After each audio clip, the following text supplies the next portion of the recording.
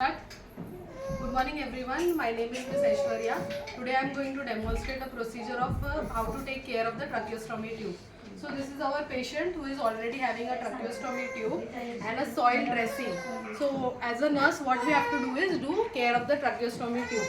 So we will introduce the topic by what is a tracheostomy. First of all, anyone can answer? Surgical opening made. So it is a tracheostomy is an incision which is made in the trachea on the second, third or fourth ring, so that we have to maintain the patency of the airway, and to maintain the patency we are inserting a device that is called as the tracheostomy tube, and it is performed when indicated by the doctors. So we will see some general instructions while doing this procedure. Why we are doing it? Because we have to maintain the patient safety and perform the procedure, and we have to avoid any complications. Next, what is the definition? We have discussed it already. So incision is made on the second, third and fourth tracheal ring, so that a tracheostomy site will be prepared, and our main motto is to clean the site of the tracheostomy as well as the stoma and change the dressing. What is the purpose of care? So purpose of tracheostomy care is to maintain the airway patency by removing excessive secretion which is forming at the site of the tracheostomy. Then next is to maintain cleanliness and prevent infection, because secretions will increase, that will increase the risk of infection to the patient. Next is to facilitate healing and prevent skin excoriation, so that when we are cleaning the stoma site, the dry skin or the dry mucus which is there, it will come out, and then healing process will be facilitated. Next is to prevent displacement of the tube, to provide comfort to the patient, and to provide a method of mechanical ventilation. Next is what are the indications of doing care of the tracheostomy tube. First is whenever as a nurse, if you are seeing any audible or visible signs of secretions, so that it will indicate that the tube is partially or completely blocked, and if the secretions are coming out, patient will be uncomfortable. So patient will tell you, on the request of the patient you have to do, as well as any audible or visible signs of secretions coming out through the tube. Next is any suspicion of the blocked tube, and if signs of respiratory distress are there. So if your patient is having tracheostomy tube, so your patient should be connected to the cardiac monitor. So you will see the saturation of the patient. If it is dropping, if patient is having heavy work of breathing, that means there are increased secretion and patient is not able to breathe. That time you have to do suctioning, and after that you have to change the dressing of the tracheostomy. What are the contraindications? So already we are creating an opening into the trachea. That means the surrounding air is going inside the lungs. If patient is already having air in the lungs, that is condition called as pneumothorax or pneumomediastinum. That means air is collected into the deeper layers of the chest. In that condition, we don't do tracheostomy. Next is damage to the esophagus. If we are doing any incision into the trachea and already patient is having damage to the esophagus, that means it is a clear contraindication not to do tracheostomy in that patient. Next is if injury is there to the recurrent laryngeal nerve. What is the function of the recurrent laryngeal nerve? It will provide movement of the vocal cords. So if already injury is there in that patient, you don't have to do tracheostomy. Next is pulmonary infection. So already infection is there. Tracheostomy is such a device which will create more secretions, and already infection is there and incision is there, stoma is there. So high risk of infection will be there. So that is a contraindication.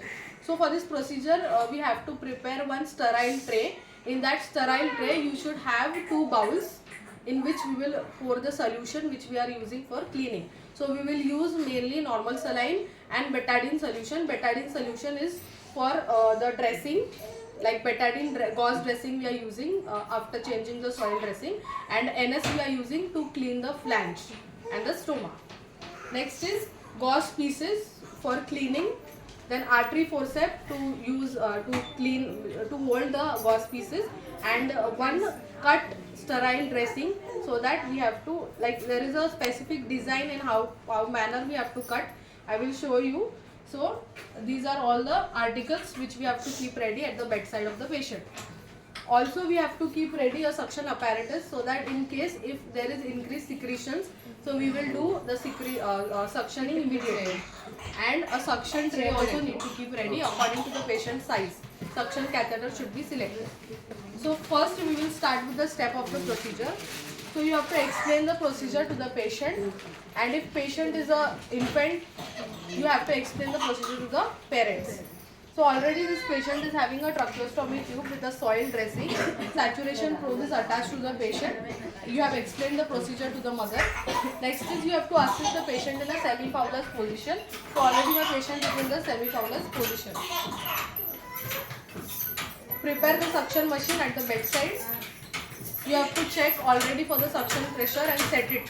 Next is deep. Now my patient is having excessive secretion. So before changing the dressing, I will do suctioning. So suctioning is a completely different procedure. In this today's session, we are going to see only the care of the tracheostomy tube. So suppose that suctioning is done. Okay. So for that, first we have to deflate the balloon. After deflating the balloon, we have to open a sterile tray. Put the sterile sheet on the patient. So suctioning is done, sterile sheet is there on the patient's chest, and continuously check for saturation. Open a sterile catheter pack and do suctioning. Okay. Now when you are doing the tracheostomy care, you have done your hand washing and you are going to wear sterile gloves. Started. First we will remove the soil dressing. This you can remove with either with artery forceps, or you are wearing sterile gloves, you can remove by that also. So this I am discarding in the kidney tray. Now you have to change these gloves and wear a new pair of sterile gloves because you are doing a sterile procedure. Now in this bowl I have normal saline solution to clean the flange.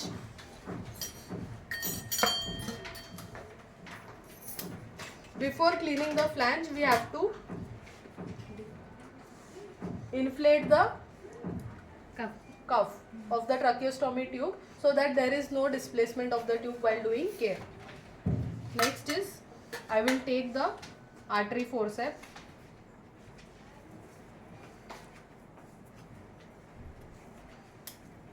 Dip it in the solution. Use thumb forceps to squeeze the extra solution. And now suppose this is the tracheostomy tube, this is inside is the stoma. You have to clean the flange. These two sides are the flange. So before, when we are cleaning the flange, we have to clean it with the normal saline solution. So this is the way how you clean the flange. And you have to put one finger space so that inside of the flange also you can clean easily.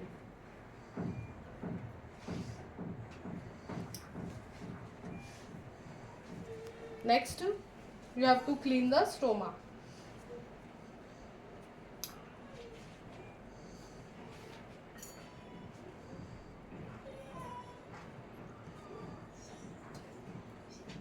So when you are cleaning the stoma, you have to pull up the flange little bit and clean the stoma in a circular manner from inner to outwards.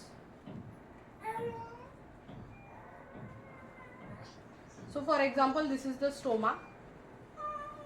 So this is the way how you will clean it. Now you have to put a new dressing. So new dressing, this is the way how you cut the dressing when you apply a new dressing on the tracheostomy side. So this is a square shaped gauze piece. You have to cut in between till the half. And then how you will place it is, so which solution we are using for this gauze piece is betadine solution. You have to soak it in the betadine solution and squeeze the extra liquid out, and then you have to put it inside.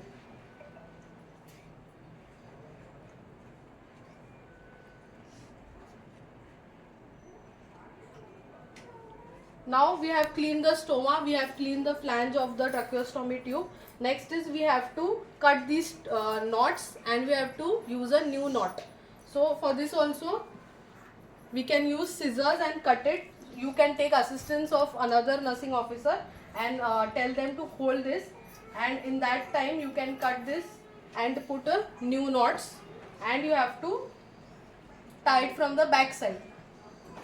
So after your procedure is over, you can discard your gloves, you can replace the tray and remove the sheet. Give comfortable position to the patient and also see what is the saturation level of the patient. And then you have to document all the findings.